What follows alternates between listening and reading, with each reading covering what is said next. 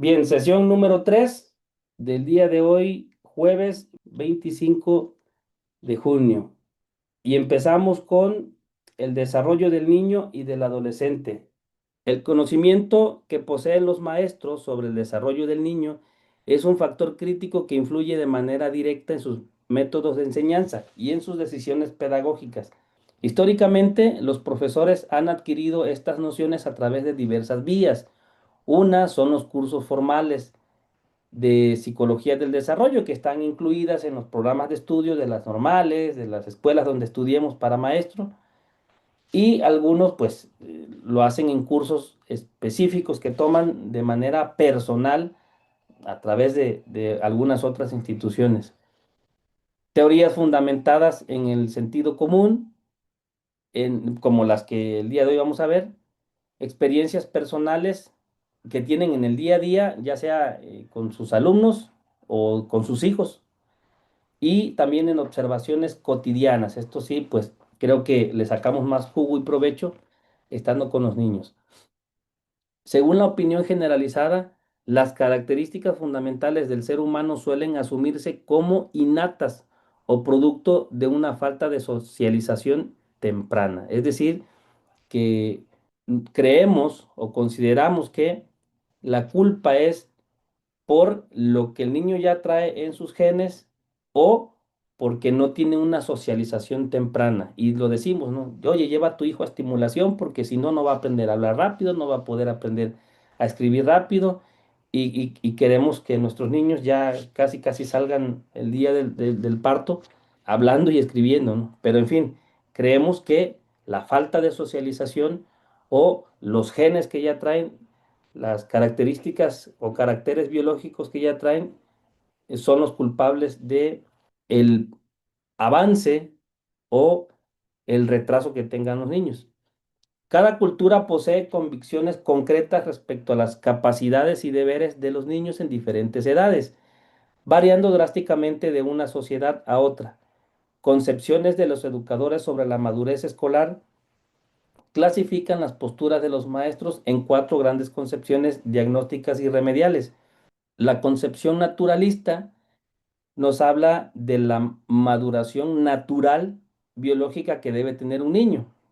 Cuando decimos, no tienes que apresurarlo, déjalo que va a aprender a hablar, va a aprender a escribir, va a aprender a leer. Es decir, lo dejamos a la maduración natural. La concepción remedialista. Ahí es cuando existe una intervención activa mediante el entrenamiento, que sería una asesoría personal o las clases mismas, la escuela misma. Concepción diagnóstico prescriptiva. Esta tiene que ver con la identificación técnica de anomalías para tratamientos compensatorios. Cuando los llevamos ya con algún especialista, porque vemos que hay algún retraso o atraso en el aprendizaje. Y la concepción interaccionista, que tiene que ver con el desarrollo fruto de una relación recíproca entre el niño y el ambiente, un ambiente rico menciona allí, o sea que necesariamente tiene que ser rico, ¿verdad? Porque si fuera un ambiente pobre, pues no habría un desarrollo favorable. Por ejemplo, los niños de la ciudad aprenden a leer y escribir más rápido porque su ambiente, el contexto, tanto en casa como en la calle, pues ellos todo el día, todo el tiempo están en contacto con lectura. Van en el camión y el camión tiene un letrero. Vas en la calle y hay letreros en la calle y el niño está leyendo, leyendo, leyendo. Es un ambiente alfabetizador, contrario al de los niños de una comunidad rural. Ellos tienen árboles, pero no tienen estos letreros que les ayudarían a desarrollar ciertas habilidades lectoras. Iniciamos viendo teorías y vamos a ver la generalidad de cada una de ellas.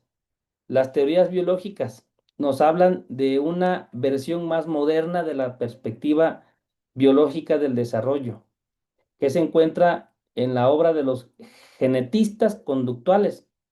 La genética conductual indica que el desarrollo es una interacción compleja entre los genes y el ambiente.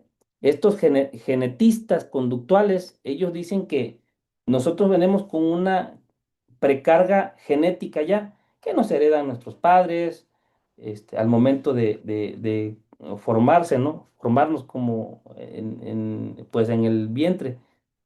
Entonces ellos dicen que eso es lo que acompleja el desarrollo del niño, es decir, como que estamos ya etiquetados antes de nacer por esa carga genética. Entonces, entre la carga genética que ya tenemos y lo que podamos desarrollar a través del ambiente, es lo que va a agudizar nuestro desarrollo.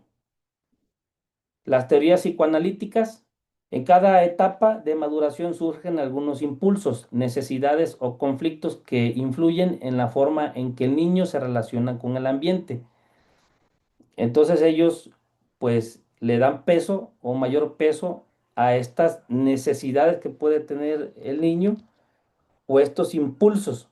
Por eso es que la teoría es psicoanalítica, porque tiene que ver más con la psique, con las respuestas a los cambios, al ambiente, al contexto o a las necesidades que pueda tener el niño.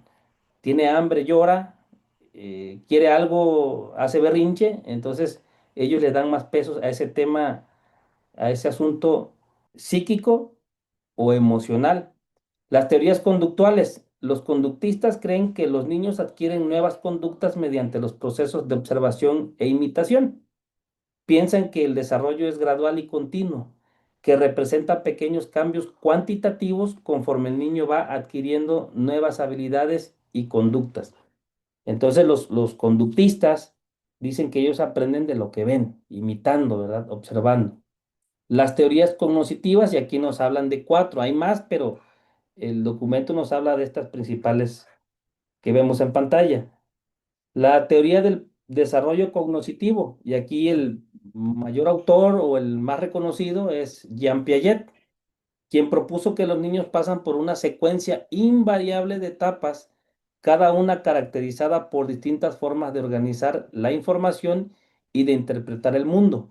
El niño interpreta a partir de lo que ya conoce y cumple un papel activo en su propio desarrollo. No vamos a ver cuáles son las cuatro etapas de Piaget, no tiene ningún caso. Lo que es importante es que comprendamos que él dice que nos desarrollamos por etapas hasta llegar a las operaciones formales, que es cuando el niño ya tiene juicio, ya puede, tiene un criterio y puede incluso hasta hacer un discurso, ¿verdad? En breve. Y eso lo podemos constatar en los concursos de oratoria, ¿no? Estos niños que tienen esas habilidades ya muy desarrolladas, bueno, pues ahí se puede hacer pues un ejemplo. Tenemos también las teorías del procesamiento de la información.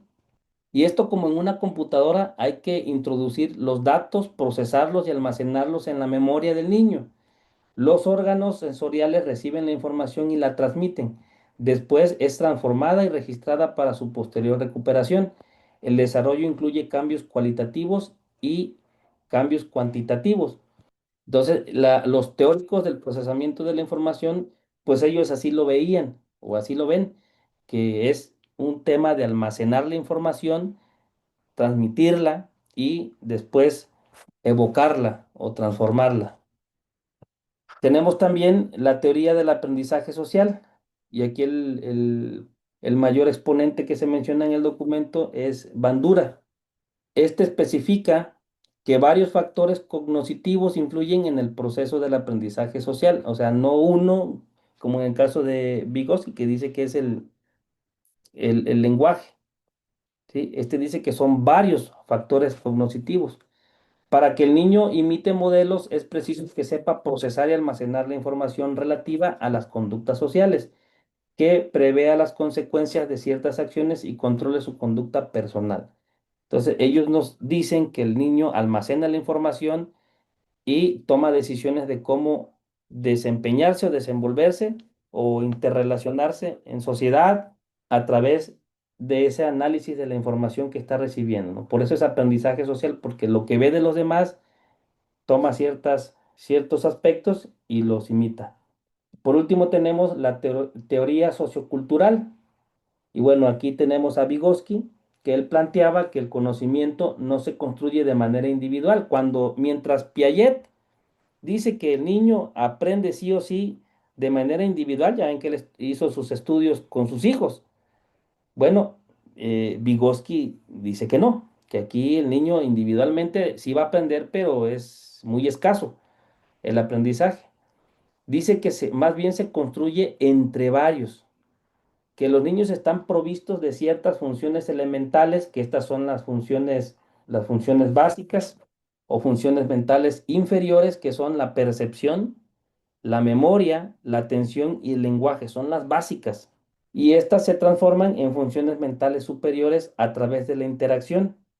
Pero en fin, eso es de manera general estas teorías cognoscitivas. Recuerden que las otras son teorías biológicas, psicoanalíticas y conductuales. Ahí tenemos a Pavlov, tenemos a Skinner, tenemos a Erickson, tenemos a Erickson y Freud en las psicoanalíticas. Bueno, y las biológicas son más modernas actualmente, pero ahí el material no nos habla de un autor como tal. Vamos a pasar ahora a este documento que se llama Herramientas de la mente. Y pues, como hemos visto, vamos a hablar prácticamente de Vygotsky aquí en este documento. Los niños desarrollan la habilidad de utilizar distintas herramientas a diferentes edades. Sus cajas de herramientas no se llenan de una vez por todas, sino poco a poco. La falta de herramientas tiene consecuencias a largo plazo en el aprendizaje, porque influyen en el nivel de pensamiento abstracto. Para comprender conceptos abstractos en ciencia y matemáticas, los menores primero deben tener herramientas y una de ellas, repito, es el lenguaje. Ya vimos las otras, la observación, la memoria, y no recuerdo cuál era la otra. Cuando los niños tienen herramientas de la mente, pueden aprender por su cuenta porque el aprendizaje se convierte en una actividad autodirigida. Él tiene control de su aprendizaje. El maestro deja de tener la responsabilidad de todos los aspectos del proceso de aprendizaje. Las herramientas lo liberan de esa carga y lo que es más importante, estas pueden aplicarse en todo el currículo, desde lectura hasta matemáticas, actividades de manipulación y dramatización. Una de las principales herramientas de la mente es el lenguaje. Otras herramientas son los signos y símbolos como sistemas de conteo, mapas, obras de arte, escritura, diagramas, esquemas y la autorregulación. De manera que el niño va autodirigiendo sus estrategias o métodos de aprendizaje. Porque si él entiende que leyendo el libro, la parte de arribita, donde viene la indicación, ya no es necesario que vaya a preguntarle al maestro qué es lo que tienen que hacer. Pero eso lo desarrolla el niño que ya tuvo contacto con ese apartado del libro y que ya se dio cuenta que ahí está la clave de cómo se resuelve el ejercicio. Pero el niño que no ha desarrollado la lectura, ni mucho menos el análisis de lo que lee, pues difícilmente va a entender lo que tiene que hacer y tiene que acudir con el maestro para que le ayude. Vygotsky y la construcción del conocimiento. Para Vygotsky, la construcción cognitiva está mediada socialmente. Lo que el maestro señala al alumno influye directamente en lo que éste construye. A diferencia de Piaget, quien privilegia la interacción con objetos físicos, Vygotsky considera que tanto la manipulación física como la interacción social son necesarias. Entonces, Piaget dice, el niño solito aprende, tocando, manipulando va a aprender. Pero Vygotsky dice, sí, sí aprende manipulando y es necesario tocar las cosas y experimentar, pero también es importante la interacción social. Y en esta imagen que tenemos ahí en la diapositiva podemos ver el claro ejemplo de lo que Vygotsky pensaba.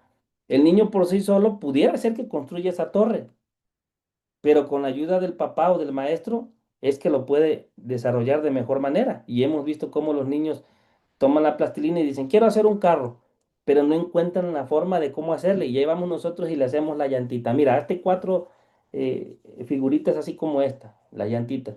Entonces, esa interacción social es la que le permite al niño aprender más. Mientras que el niño solo, jugando con la plastilina, no puede construir, con la ayuda de un adulto, sí lo puede lograr mejor.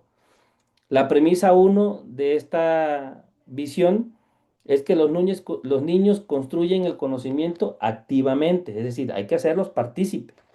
Premisa 2, el desarrollo no puede separarse del contexto social. O sea, sí puede, pero si lo hace, tendrán menos resultados. Premisa 3, el aprendizaje puede dirigir el desarrollo. Y premisa 4, el lenguaje desempeña un papel central en el desarrollo mental. El contexto social y el lenguaje. El lenguaje hace al pensamiento más abstracto, flexible e independiente de los estímulos inmediatos. Desempeña dos papeles, es instrumental en el desarrollo de la cognición y forma parte del mismo proceso cognitivo, sí, mismo. La cultura influye no solo en el contenido del conocimiento, sino en la naturaleza misma de los procesos mentales.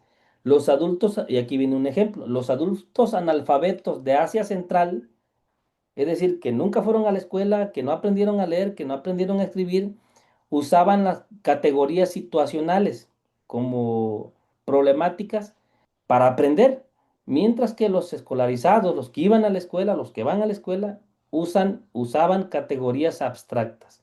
¿Y cuáles son esas categorías abstractas? Un problema matemático, una ecuación matemática, una multiplicación. Definitivamente alguien que nunca fue a la escuela pues no te va a poder hacer una raíz cuadrada, no te va a poder resolver ni siquiera una suma. Ese es el ejemplo de esta interacción. Existen tres niveles del contexto social. El primero es el nivel inmediato y este es los niños, los individuos con quienes el niño interactúa en ese momento, que generalmente pues es los amiguitos o la propia familia. Otro nivel estructural son las estructuras sociales, como la familia y la escuela. Y otro nivel cultural general es el lenguaje, el sistema numérico y el uso de la tecnología. Ya es un proceso que el niño puede desarrollar de manera independiente o conjunta con alguna otra persona, pero ya con otros elementos que no son los de primera mano como la familia, como los compañeros. Pasamos ahora al aprendizaje, el desarrollo y la zona de desarrollo próximo. Para Vygotsky, aprendizaje y desarrollo son procesos distintos, pero relacionados de manera compleja. El aprendizaje puede acelerar e incluso motivar el desarrollo. No es necesario esperar a que el desarrollo ocurra primero. La postura de Piaget es que el desarrollo determina la capacidad de aprender. El niño debe alcanzar una etapa antes de asimilar nueva información. Por eso él hablaba de estadios, ¿no? De etapas. Entonces, cuando él está listo en su etapa, ¿cómo es la primera? Preoperacional, que es en la etapa de la primera infancia y preescolar. Bueno, el niño hasta que está listo en esa etapa ya puede pasar a la siguiente etapa y así sucesivamente. La postura de Vygotsky. El aprendizaje puede reorganizar cualitativamente el pensamiento. Un paso en el aprendizaje puede traducirse en dos pasos en el desarrollo. La implicación pedagógica nos dice que la enseñanza debe dirigirse hacia las habilidades emergentes del niño, no a las que ya posee. Esto representa un gran reto para los educadores. ¿Por qué? Porque es lo que, cuando nosotros identificamos lo que el niño ya sabe, nosotros ya no volvemos mucho a ese tema. Una vez que vemos que el niño ya logró aprenderse las tablas, por así decirlo, ya aprendió las tablas, entonces ahora vamos a realizar actividades más complejas, que serían esas actividades o habilidades emergentes, es decir, las nuevas, que son las que el niño necesita realizar. Cuando ya vemos que se saben las tablas de memoria, ahora sí podemos realizar ejercicios memorísticos o problemas verbales para que puedan desarrollar. Según Vygotsky, la zona de desarrollo próximo se logra de la siguiente forma. Tenemos el primer nivel o el nivel real del niño, lo que el niño ya sabe, lo que tiene desarrollado. Nos dice aquí que el niño está limitado a resolver problemas por sus propias fuerzas, es decir, lo que él pueda hacer.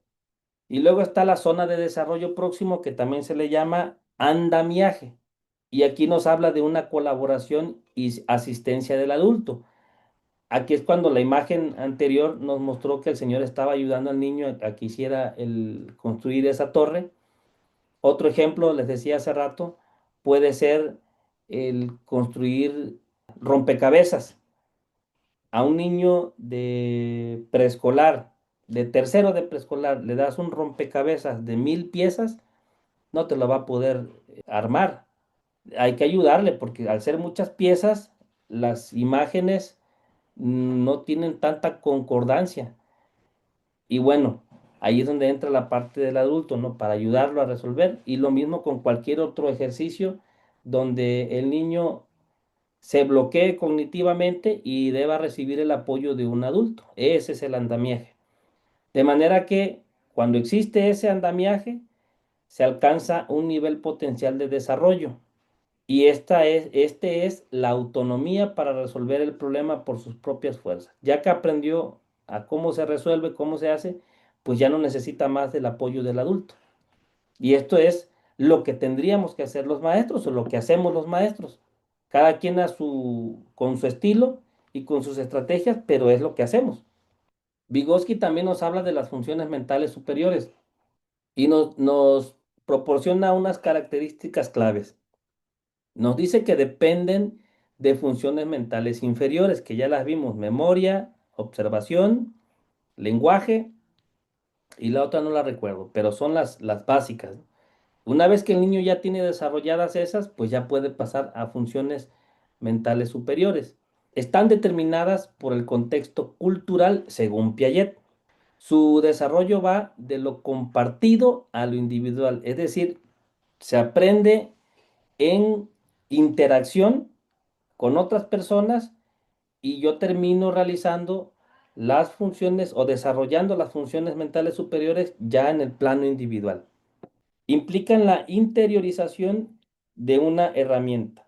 Entonces, para poder llegar a las funciones mentales superiores, hay que desarrollar las inferiores. Y son esas herramientas que mencionábamos hace rato, y la principal es el lenguaje.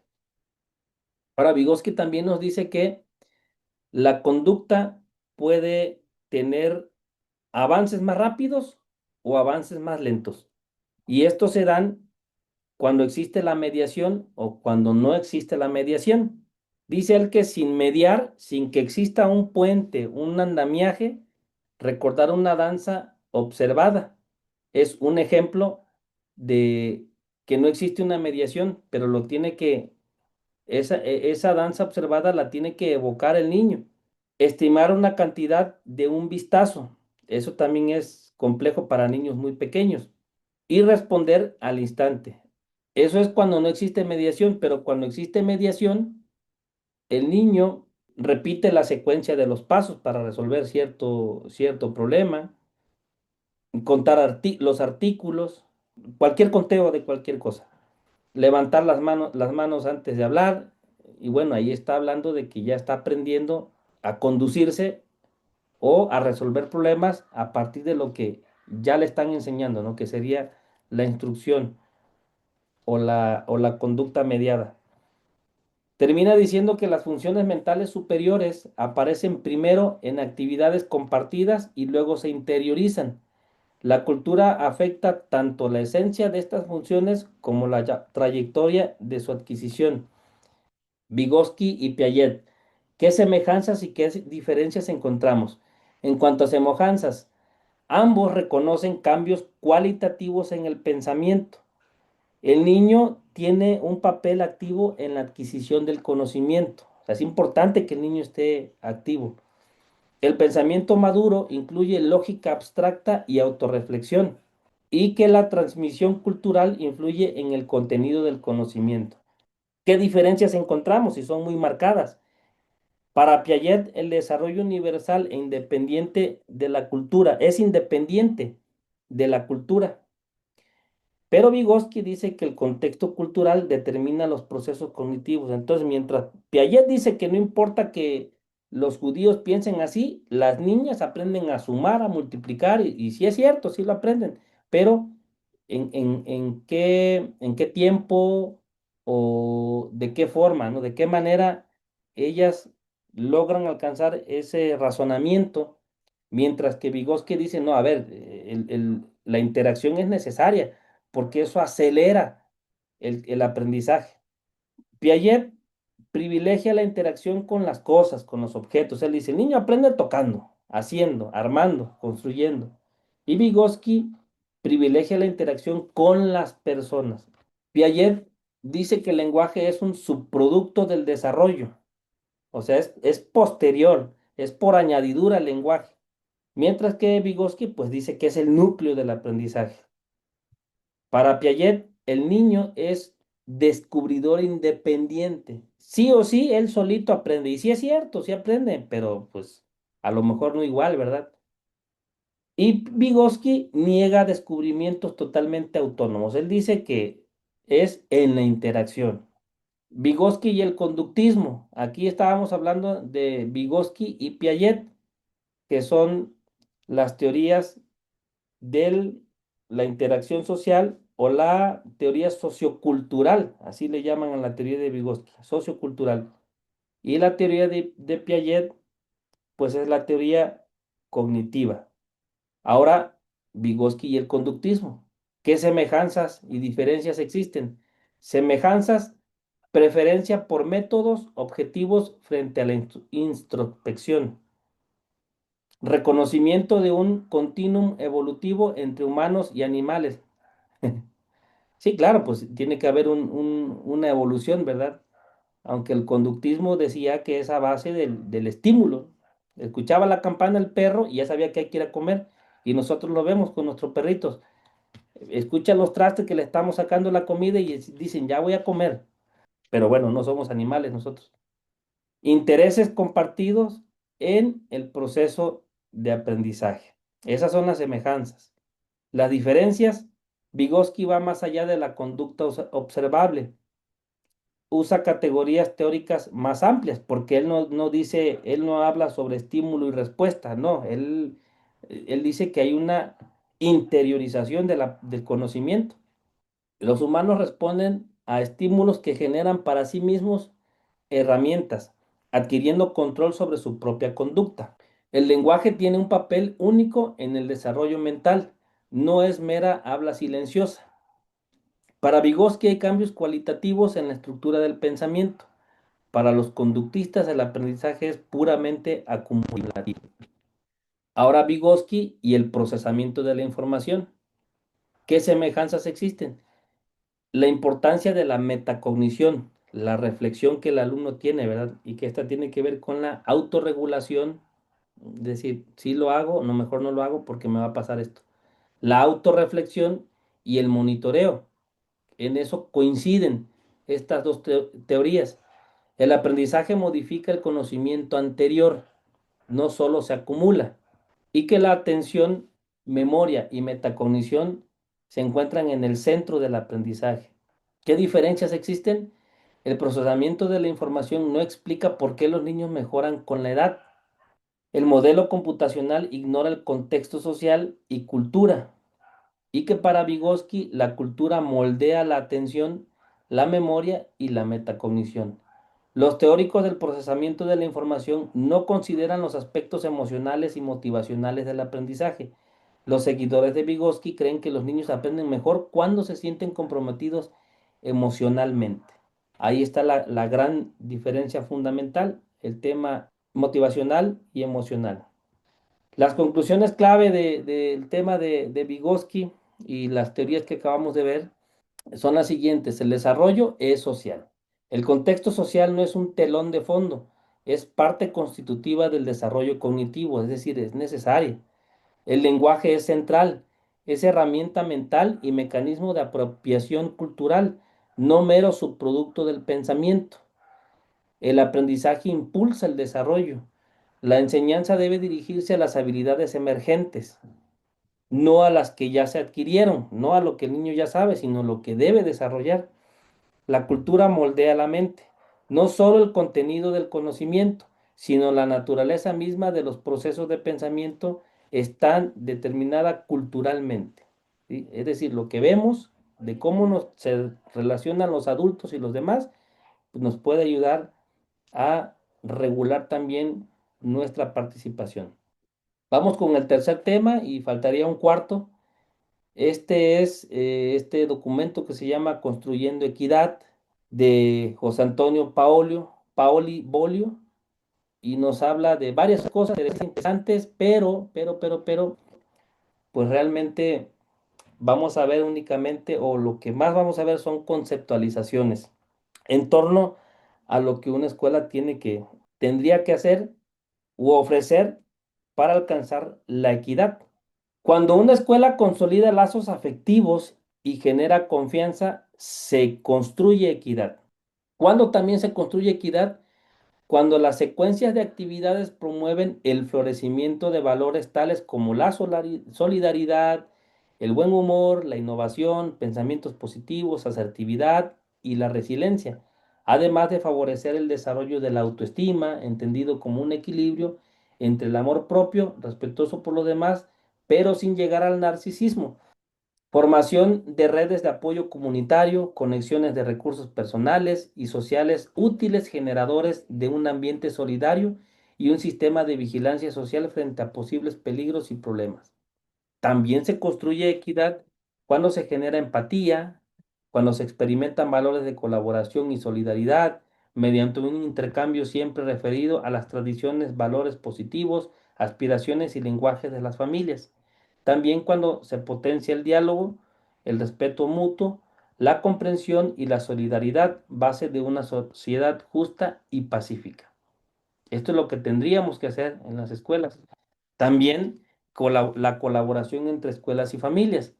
¿Y qué nos orienta el documento? Que se debe crear y ampliar diversos canales de diálogo con las familias de los alumnos, favorecer la comunicación y la colaboración entre estas a lo largo del año escolar, a fin de generar formas armónicas de entendimiento y empatía.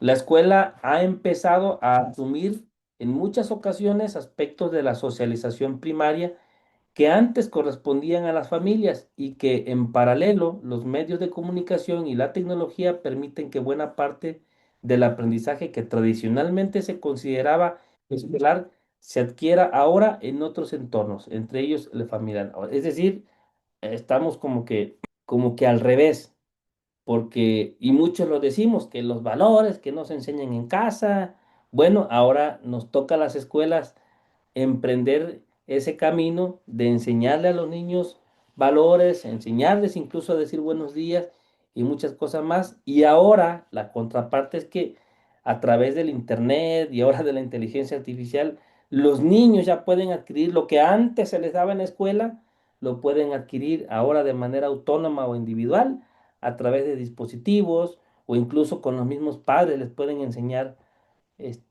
ciertas cosas que en la escuela deberíamos estar enseñando, pero que a veces las terminan enseñando los padres, ¿verdad? Este documento nos habla de una secuencia de actividades. ¿Qué nos plantean estas secuencias de actividades? Estos tres momentos. Una actividad inicial que tendría que ser en el aula, en el salón de clases, luego una actividad familiar y un momento creativo. La actividad inicial, ¿en qué consiste? O qué debe consistir en dialogar, expresar sus ideas sobre ciertas situaciones, crear algunos productos, discutir con sus compañeros y compartir su palabra y visión del mundo, lo que ellos, como ellos aprecian o ven el mundo. O sea, algo sencillo. Luego tenemos la actividad familiar. Es un instrumento clave para crear condiciones de diálogo con las familias de forma metódica y traer consigo múltiples anécdotas y experiencias singulares. Recuerden que al principio el documento nos dice que las familias y las escuelas hoy más que nunca deben tener una relación más estrecha. ¿Por qué? Por todo lo que se ha perdido. ¿Sí? Porque hoy la ciencia, la tecnología nos está ganando y los niños prefieren estar viendo videos en TikTok o en YouTube o en las redes sociales que ir a un libro, que conversar con sus papás, que en pedirle ayuda para resolver algún ejercicio. Prefieren irse al internet o a la inteligencia artificial. Entonces, lo que sugiere esto es que se trabaje con padres de familia y con alumnos en conjunto.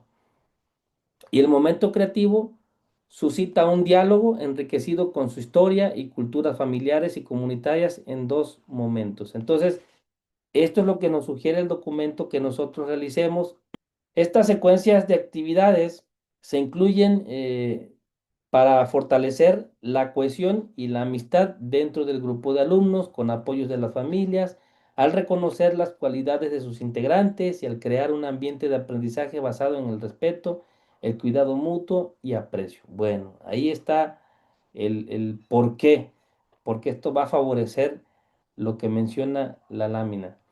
También nos hablan de unas asambleas, talleres con padres de familia y nos sugieren que a través de una serie de preguntas detonantes evaluemos los resultados obtenidos de las distintas actividades que llevamos a cabo durante el ciclo escolar con papás y alumnos, de modo que obtengamos un producto grupal para presentarle a la asamblea de padres.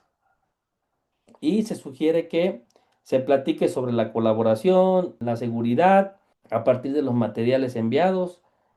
También que dialoguen sobre cómo se ha mejorado la equidad de género en el aula, en la escuela y la familia. Recuerden que todo esto tiene que llevarnos a la equidad, a que tengamos una escuela, un aula con equidad. Y la última lámina nos dice que un contexto democrático que dé lugar al aprendizaje de derechos y responsabilidades, tanto individuales como colectivas, a entenderse como ciudadanos críticos y pensantes, a gozar de igualdad sin ningún tipo de discriminación y a desarrollar y potenciar todas sus capacidades. El último tema del día de hoy es el plan de estudio. La nueva escuela mexicana reconoce que el conocimiento y los saberes se aprenden de acuerdo con inquietudes o problemas que tienen la importancia personal o colectiva en el mundo y el contexto de los estudiantes. La organización del currículum, ese programa analítico que tiene que arrojarnos la fase intensiva del consejo técnico y la primera sesión, debe estar centrada en el trabajo conjunto entre estudiantes y profesores, pero a partir de qué? De temas sociales que son comunes e importantes. El papel principal del currículum es establecer las condiciones de libertad y autonomía profesional para que, con base en él, las y los estudiantes, así como el profesorado, definan los problemas o temas centrales que consideren relevantes de abordar durante el curso. El abordaje de estos temas importantes se realizará preferentemente a partir de proyectos y otras actividades que integren conocimientos de múltiples fuentes. Los aprendizajes definidos a partir de proyectos permiten la integración de nuevas experiencias a los aprendizajes que ya poseen y también favorecen la incorporación de experiencias anteriores a nuevas situaciones. Así de manera muy general y concreta, ese es el plan de estudio 2022, lo que busca y cómo podemos irlo desarrollando, ¿no? Que es a través del famoso programa analítico, porque nosotros seleccionamos los contenidos y le vamos dando ruta a través de los proyectos, cuáles son los contenidos que vamos a utilizar de acuerdo a la relevancia del contexto y la problemática que se busque resolver. El plan de estudio está conformado por estos niveles de desagregación. Tenemos como núcleo central o núcleo de partida el perfil de egreso, que son 10 fragmentos, 10 párrafos del perfil de egreso. Luego tenemos los ejes articuladores, que son 7: pensamiento crítico, interculturalidad crítica, inclusión, igualdad de género, artes y experiencias estéticas, apropiación de las culturas a través de la lectura y la escritura y vida saludable.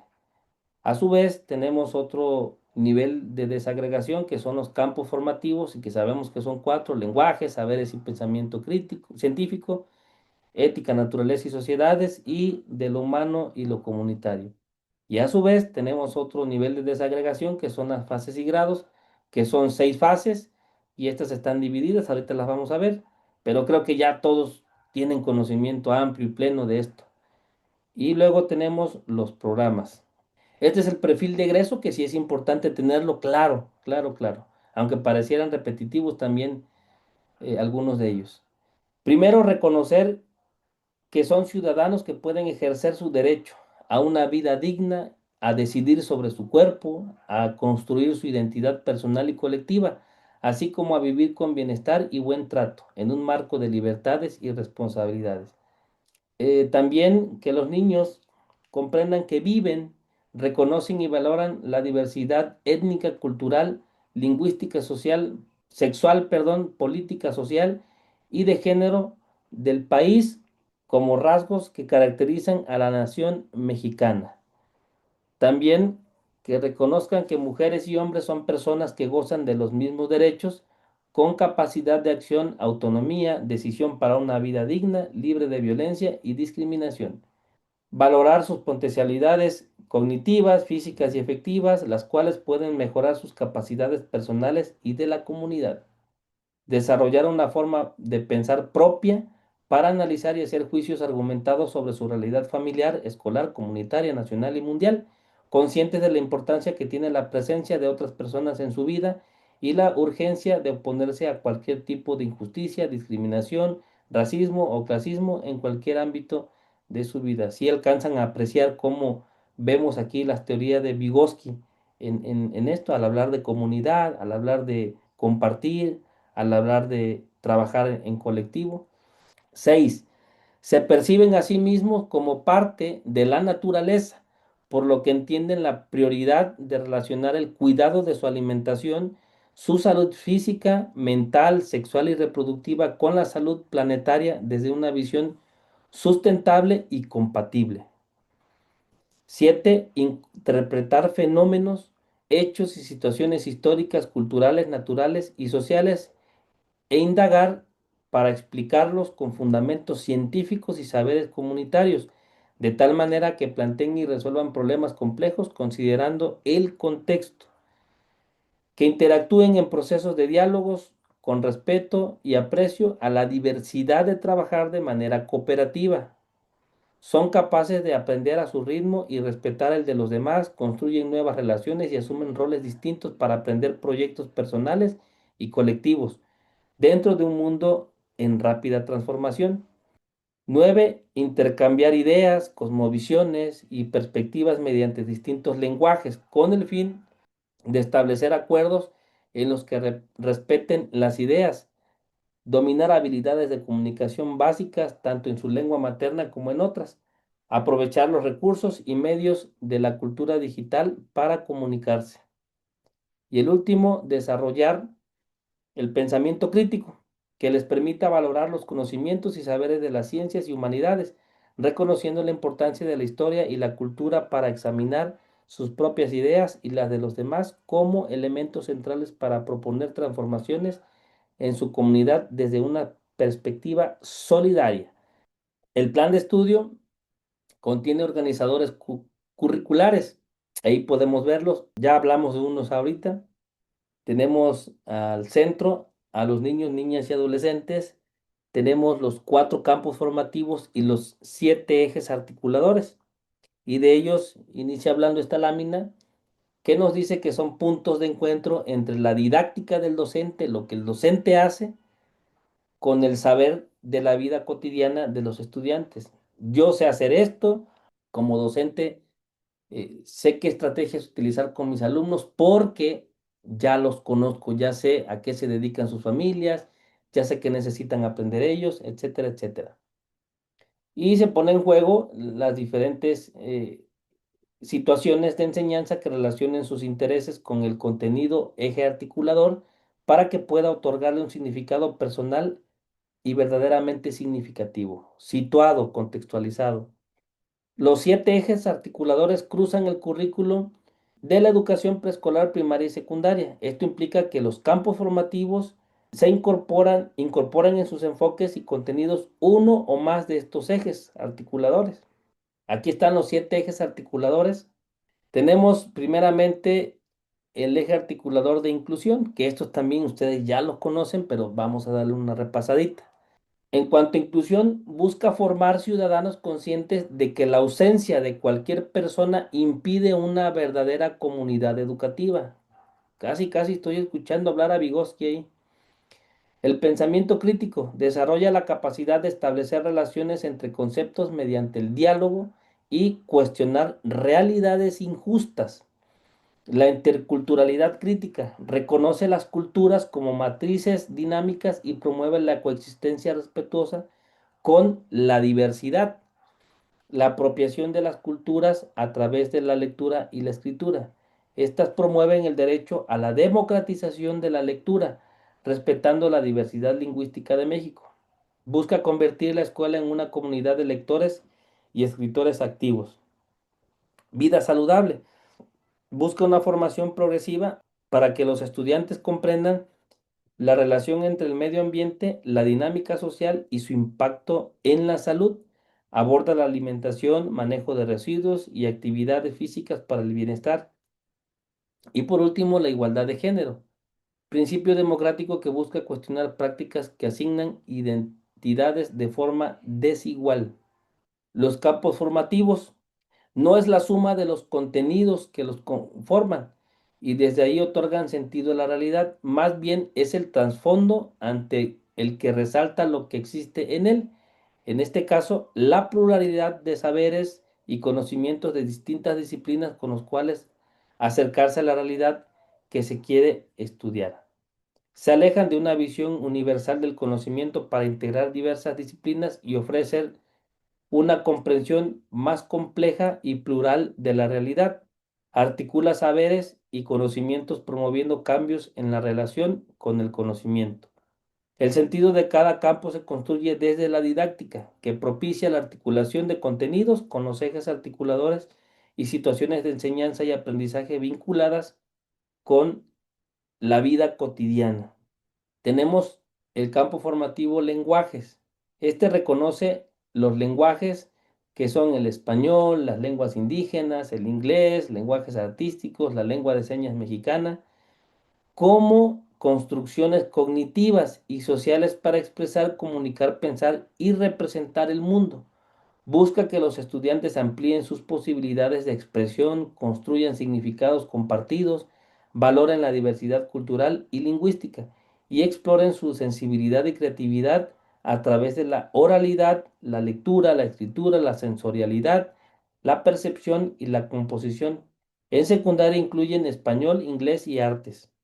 Saberes y pensamiento científico. Se centra en la comprensión y aplicación de fenómenos y procesos naturales, cuerpo humano, seres vivos, materia, energía, salud, ambiente, tecnología, desde varias diversas perspectivas, incluyendo el conocimiento científico y su relación con lo social. Promueve la capacidad de analizar distintas concepciones del mundo, tomar decisiones fundamentales y desarrollar el pensamiento científico a través de la indagación, interpretación, experimentación y argumentación. En secundaria abarca matemáticas, biología, física y química. Ética, naturaleza y sociedades. Aborda la relación del ser humano con la sociedad y la naturaleza desde una comprensión crítica de los procesos sociales, políticos, naturales y culturales. Busca construir una postura ética que impulse una ciudadanía participativa, responsable y democrática, enfatizando el respeto a la dignidad y los derechos humanos, la responsabilidad ambiental y el análisis de la crisis ambiental, las relaciones interculturales, la igualdad de género y los derechos de los niños, niñas y adolescentes. En secundaria corresponde a geografía, historia y formación cívica y ética. Y por último, de lo humano y lo comunitario. Reconoce la interacción humana con la comunidad como un proceso continuo de construcción personal y social, buscando que las personas accedan a una vida digna, justa y solidaria. Su objeto de aprendizaje es la construcción de identidad, sentido de pertenencia, conciencia de interdependencia y compromiso ético. Se centra en el conocimiento de sí mismos y de los demás, la vida emocional, el cuidado de la salud, el análisis crítico de problemas sociales y la valoración de saberes colectivos. Busca construir proyectos de vida para afrontar retos en familia, escuela y comunidad. En secundaria incluye tecnología, educación física y educación socioemocional o tutoría. La última lámina es la organización curricular por fases, las fases de aprendizaje. Estas establecen secuencias pedagógicas esenciales que respetan la continuidad del proceso educativo desde la educación inicial hasta secundaria, que abarca de 0 a 15 años. Los contenidos se organizan en 6 fases y 12 grados, priorizando los procesos formativos y el desarrollo del aprendizaje de los estudiantes. Esto permite consolidar, aplicar, integrar y construir nuevos saberes, facilita la planeación y evaluación docente continua y promueve una perspectiva amplia e integral del conocimiento. Este cambio a campos formativos y fases es de orden pedagógico didáctico y no afecta a los tipos de contratación de los maestros. Ahí están las fases. Fase uno, educación inicial. Fase 2, preescolar, sus 3 grados. Fase 3 es educación primaria, que solo abarca primero y segundo grado. Fase 4 abarca tercer y cuarto grado de primaria. Fase 5 abarca quinto y sexto de primaria. Y la fase 6 que es educación secundaria en sus 3 grados. Así se encuentra esta organización curricular por fases y creo que todos ya la conocían, ya la dominan, así es que pues solo es un repaso.